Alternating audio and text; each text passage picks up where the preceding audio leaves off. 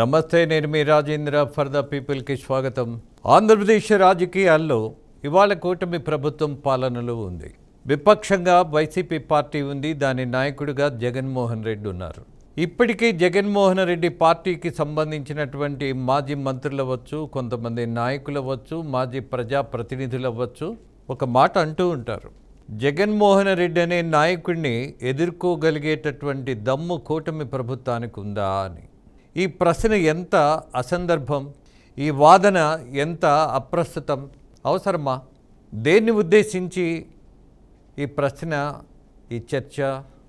సింహం సింగిల్గా వస్తుందన్నారు ఎన్నికలకు ముందు. 175కి 175 అన్నారు. ఇవన్నీ తప్పుపట్టాల్సిన అవసరం లేదు, కానీ ఓవర్ కాన్ఫిడెన్స్ని మాత్రం మనం ఎత్తి చూయించాలి. ఏ రాష్ట్రంలోనూ పూర్తిగా ఒకే పార్టీకి 100% గెలుపు ఉండదు. ప్రతిపక్షం లేనటువంటి పరిస్థితి ఎప్పుడూ చూడాల. మరి ఆంధ్రప్రదేశ్లో ఎందుకు అలా భావించారు అనంటే, మేబీ ఆ స్లోగన్ వాళ్ళకి కలిసి వస్తుందన్నటువంటి రాజకీయంతో మాత్రమే వాళ్ళకి తెలుసు ఇది సాధ్యపడదు. బట్ మన స్లోగన్ మన కాన్ఫిడెన్స్ని బాగా ప్రజెంట్ చేస్తుంది. ఇంత నమ్మకంగా ఉన్నారు కదా, వీళ్ళ గెలుపు సాధ్యమే అన్నటువంటి ఒక నమ్మకాన్ని ప్రమోట్ చేసుకుందామన్నటువంటి నేపథ్యంలోనే తెలిసే 175కి 175 రావని తెలిసే మరి అంత మూర్ఖులు లేకపోతే అంత ఫూల్సో వైసీపీ నాయకుల్ని మనం అలా భావించలేం. ఎవరు అలా భావించరు. రాజకీయాల్లో ఉన్నవాళ్ళు, కొంచెం కామన్ సెన్స్ ఉన్నవాళ్ళు కూడా 100కి 100% మేమే గెలుస్తాం, 175 సీట్లు ఒక పార్టీనే గెలుచుకుంటుంది అని ఏ పార్టీ నాయకుడు భావించే దశ ఉండదు. బట్ ఒక కాన్ఫిడెన్స్ కోసం ఆ స్లోగన్ ఉపయోగించారు. సరే, అయిపోయింది. ఆ కాన్ఫిడెన్స్ ఏమైందో ప్రజలు తీర్పిచ్చారు. మరి ఇప్పటికీ ఇదే మాట ఎందుకు కొనసాగుతుంది? రాబోయేది మాదే, మాదే, మా ప్రభుత్వమే అని ఎందుకు ఇవాళ మళ్ళీ మరో కోణంలో వినిపిస్తున్నారు అని అంటే, ఇప్పుడున్నటువంటి కూటమి ప్రభుత్వం ఖచ్చితంగా బలహీనపడుతుంది. ఎవరైతే వైసీపీ పార్టీ నాయకులు ఇవాళ ఉన్నారో వాళ్ళకి ఒకే ఒక దిక్కు జగన్మోహన్ రెడ్డి. ఆయన ఒక్కడే ఈ పార్టీని గెలిపించగలిగినటువంటి శక్తిమంతుడు. అందులో పెద్ద సందేహం అక్కర్లా, దాని మీద చర్చ అసలక్కర్లా. 175 మందిలో వీళ్ళ పేరు చెప్తే చాలు గెలుస్తాము అన్నటువంటి వాళ్ళు కేవలం ఒక 10 మంది ఉంటారు. వాళ్ళ శక్తితో మాత్రమే గెలవగలిగేటటువంటి పరిస్థితిలో జగన్మోహన్ రెడ్డి ముద్ర లేకపోయినా సరే మేము గెలుస్తాము అన్నటువంటి నాయకులు పట్టుమని 10 మంది ఉంటారో లేదో కానీ, బట్ ఈ పార్టీకి బలం, ఊపిరి ఏదైనా సరే జగన్మోహన్ రెడ్డి అన్న నాయకుడు మాత్రమే. మరి ఎన్నికలు రావడానికి ఇంకా 3 సంవత్సరాలు ఉంది. కానీ మళ్ళీ వైసీపీ పార్టీ యొక్క వాదన అసందర్భంగా ఉంది అన్నటువంటి మాట చాలామంది చెప్తున్నారు.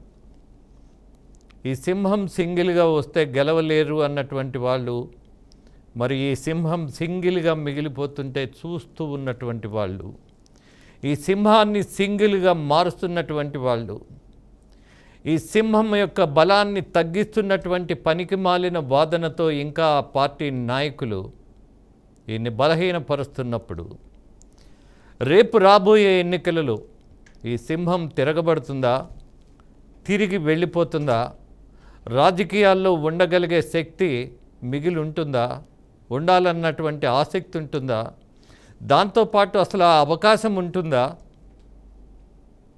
ఈ ప్రశ్నలన్నీ ఇప్పుడు ముందుకొస్తున్నాయి.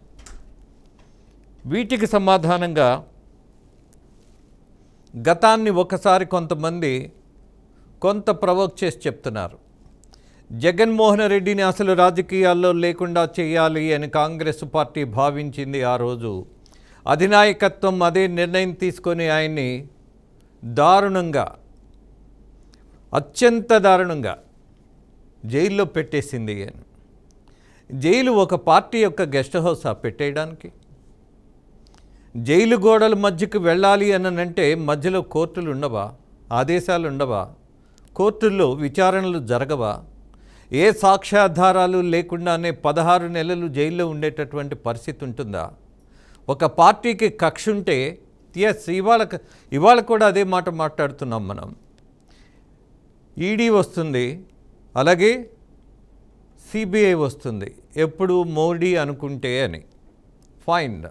అంతో ఇంతో ఒక ఆధారం లేకుండా సుదీర్ఘమైనటువంటి విచారణలు, అలాగే లోతైనటువంటి ఆరోపణలు, వాటికి కొన్ని సాక్ష్యాధారాలు, చాలామందిని ఇవాళ ఈడీ లోపలికి పెట్టేస్తోంది. అంటే ఎక్కడో దొరుకుతున్నారు. కనీసం 10% తప్పు చేయబట్టే, తప్పు చేశారన్నటువంటి ఆధారాలు దొరకబట్టే, ఆ తప్పు జరిగిందా లేదా అన్నది విచారణలో తేలుతుంది. బట్ ఒక జైలుకి పంపించి సుదీర్ఘకాలం లోపల పడేయాలి అని అంటే అంతో ఇంతో ఏదో ఒక ఆధారం ఉంటుంది. అలాగే ఈడీ కానీ సిబిఐ కానీ ఆస్తుల అటాచ్మెంట్ చేయగలిగేటటువంటి సాహసం చేయాలంటే there must be one base point. ఇదిగో ఇక్కడ నేరం జరిగింది, ఇదిగో ఇక్కడ అక్రమార్జన జరిగింది, ఇదిగో ఇక్కడ హవాలా జరిగింది, ఇదిగో ఇక్కడ మోసం జరిగింది. ఈ బేస్ మీద మాత్రమే అక్రమ ఆస్తులను ఖచ్చితంగా అటాచ్ చేస్తారు. చేశారు కూడా, చేస్తున్నారు కూడా. సరే, ఇవాళ దీని మీదే మనం మాట్లాడదాం. రేపు రాబోయే ఎన్నికల్లోనైనా పోని వైసీపీ నాయకుల ధోరణిలోకి వచ్చేద్దాం. జగన్మోహన్ రెడ్డిని ఎదుర్కోగలిగేటటువంటి శక్తి కూటమికి ఉన్నదా? సింగిల్గా నిలబడగలదా? సింగిల్గా మాత్రమే ఇవాల్టి వరకు రాజకీయాల్లో అలాగే ఎన్నికలలో పోరాడుతున్నటువంటి పార్టీ వైసీపీ నాయకుడు, అలాగే జగన్మోహన్ రెడ్డి అని చెప్తున్నటువంటి దాంట్లో పెద్ద సందేహమే మక్కర్లేదు. అది నిజమే. ఏ పార్టీతోటి పొత్తు పెట్టుకోకుండా రాజకీయాల్లో పోటీ చేయాలన్నటువంటి తత్వం ఉన్నటువంటి నాయకుడిగా జగన్మోహన్ రెడ్డిని గుర్తించాలి. బట్ కలిస్తే తప్ప, కూటమిగా ఏర్పడితే పొరపాట, నేరమా? అది చట్టానికి ఏమైనా వ్యతిరేకమా లేకపోతే రాజ్యాంగ విరుద్ధమా? ఫైన్. ముగ్గురు కలిస్తే కానీ ఒక్కళ్ళని ఓడించలేరు అన్నారు. ఎస్, ఇక్కడ ఒక సత్యం చెప్పుకోవాలి. ఒక్కడు మాత్రమే వైసీపీ పార్టీని కాపాడగలుగుతున్నటువంటి వాళ్ళు. ఆ ఒక్కళ్ళు ఎవరు అనంటే ఈ దేశం మొత్తం తల వంచి నీ అంత ప్రధానమంత్రి లేడు అని చెప్పుకుంటున్నటువంటి బీజేపీ నాయకుడు. ఆయన పేరు నేను చెప్పాలా? అక్కర్లేదుగా. ఆ నాయకుడు ఉన్నంతకాలం ఈ ఒక్కడికి వచ్చేటటువంటి సమస్య ఏదీ లేదు. కానీ ఆ ఒక్కడు తప్పుకుంటే, ఆ ఒక్కడు నిర్ణయం మార్చుకుంటే ఈ సింహం, I don't know what to say. మీరే విశ్లేషించుకోండి. ఇక్కడ ప్రజాబలం అనేది మర్చిపోతున్నారు జనం. ఇక్కడ ప్రజా ఆమోదం అనేది మర్చిపోతున్నారు నాయకులు. పార్టీలు మర్చిపోతున్నాయి, నాయకులు మర్చిపోతున్నారు. కేవలం భయపెడితే లొంగిపోతారు, డబ్బిస్తే మన వైపు వచ్చేస్తారు. జనం కూడా నేర్చుకున్నారు. వ్యతిరేకించి మనం ఎందుకు బయటపడాలి? ఇస్తే ఇవ్వని, తీసుకోకపోతే మళ్ళీ మనల్ని ఏదో శత్రువులుగా భావిస్తున్నారు అన్నటువంటి పరిస్థితుల్లో కొంతమంది డబ్బుకు లొంగిపోవచ్చు, కొంతమంది భయానికి లొంగిపోయినట్టుగా కనిపించవచ్చు. కానీ సమయం వచ్చినప్పుడు పాఠం ఏంటి? ఏ పార్టీకైనా నేర్పుతారు ఆ పాఠం. అది తెలుగుదేశమా, లేదు జనసేన, బీజేపీనా, వైసీపీనా అన్నటువంటి తేడా ఉండదు. ఇక్కడ పాఠం ఎవరికి ఎలా నేర్పాలో ఖచ్చితంగా నేర్పుతారు.